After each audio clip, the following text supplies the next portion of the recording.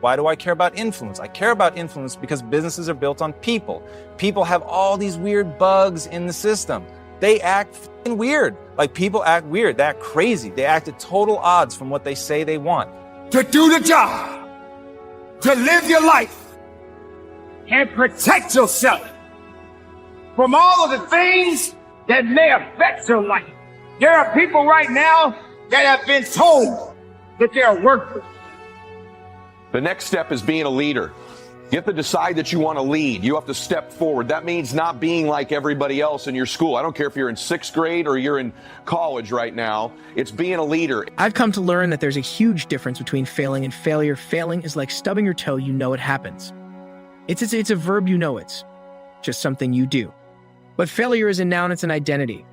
It's a place of where you stay, and I failed a lot along the way, but I was never a failure because I kept trying, I kept doing it. I understood over time that my value wasn't representative of the things that worked or didn't work. It's really bizarre. And one of the things, it's bizarre until you really get into the psychology of why it is. Once you understand why it is, then you can have some influence over it. So that really is the thing nobody talks about. And I'm always weirded out how nobody talks about emotion. Nobody wants to connect. Brene Brown talks about vulnerability. If you don't know Brene Brown, look her up. Dude, I will be the most vulnerable cat whenever, because it tells people I'm real. It gives you real insight into me as a human being. Now, why is that important? Because you know I wouldn't do it if it didn't move me towards my goals. So even vulnerability for me is a strategy. But the reason it works is because I'm opening myself up as a human being. Connection regrets are, if only I'd reached out.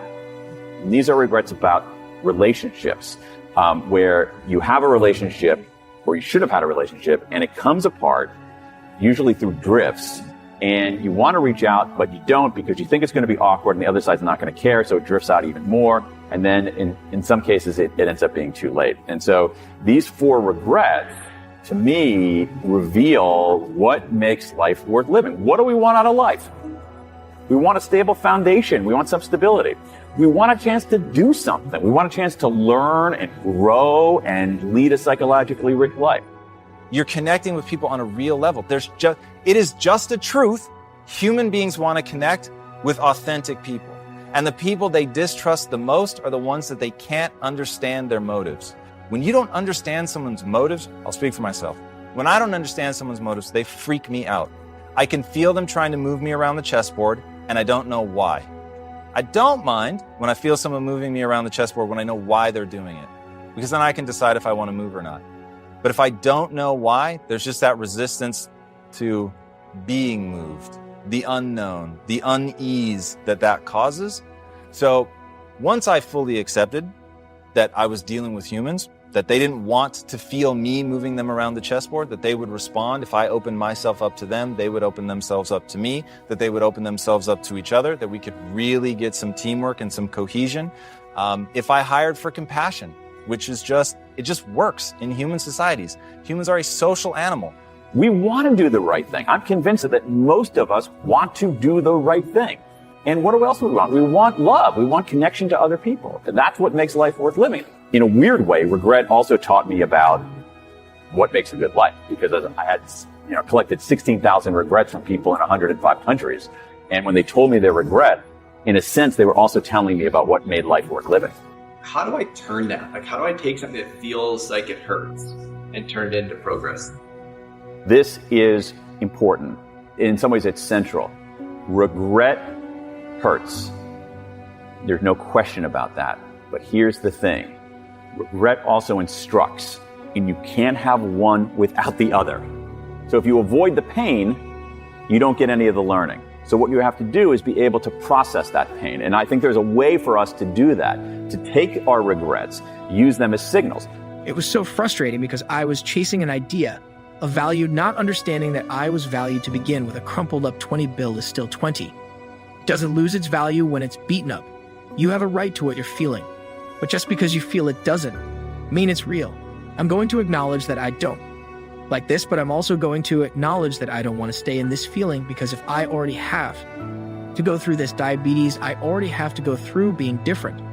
That they won't amount to anything. And they have allowed their emotions and their feelings to get disrupted. And ladies and gentlemen, you allow these things to happen because you're not protecting yourself. So you got to suit up. You got to put on that armor. You got to be a little bit more faithful. You have to understand that there is a purpose behind the purpose. And there is a greater power than you and I. It's not being one of the guys. It's not being part of the pack. It's being different than other people. It's thinking different than other people. It's learning early in life that other people's approval, your friends, your buddies liking everything you do and believing in everything you do is not going to get you where you want in life. It's being a leader. It's being a visionary. It's being unique. It's stepping out. And when you're young, you're going to take criticism for it. You're going to take flack for being different, for not going with the flow, for not drinking with everybody or smoking weed with everybody. Stay away from those things when you're young. Stay away from them when you're old if you can. These are not the practices of people that win. Let everybody else smoke and do drugs and smoke weed and get in trouble and go down that path, and you lead. You step out, you be different, you be extraordinary, and you be proud of the fact that you're different. I already have to go through feeling like a monster. I don't have to beat myself up in my own head. If you get a flat tire on the side of the road, you don't set your car on fire.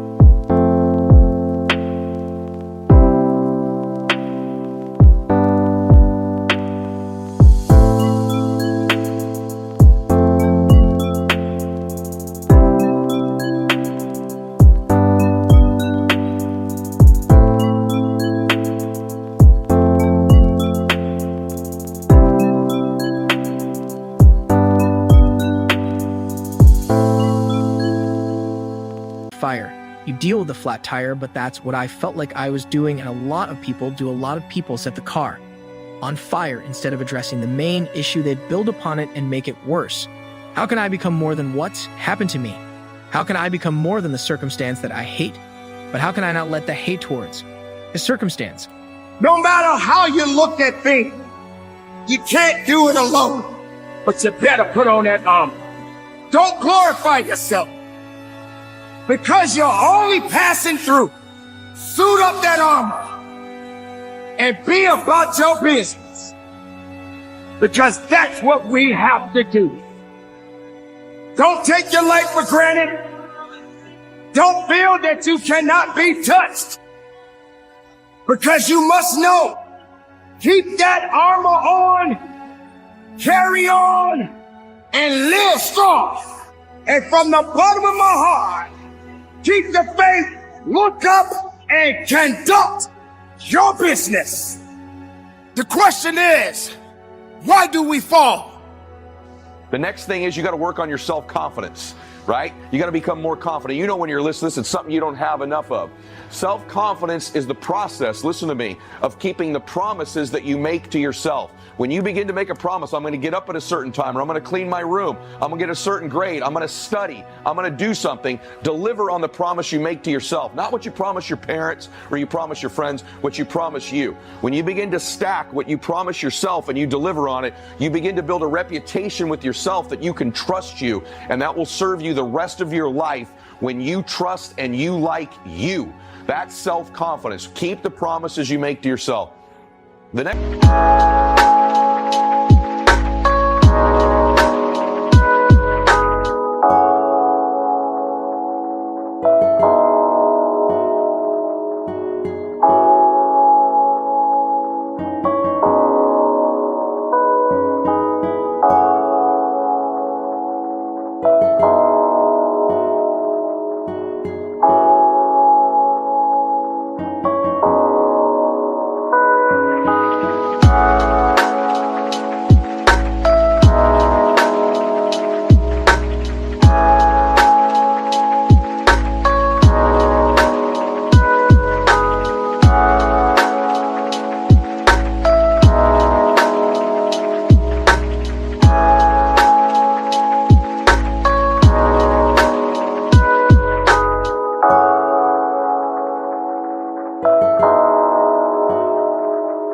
Next part is start to work on your self-worth, your identity, which is different than just your confidence. Self-worth means I deserve this. I'm worth this. And that comes from doing the hard work. That comes from being unique. It comes from noticing it when you're a leader, noticing it when you do things other people don't do, noticing it when you turn away from bullying somebody and you're the kind one, or you interrupt someone who's bullying and you stop it. I can't control me. You know, sometimes we get addicted to.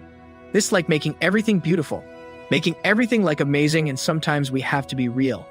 Some situations do suck, they do, and we have to allow them to suck and not invalidate the fact that it does suck. My job is to not let my mind take over.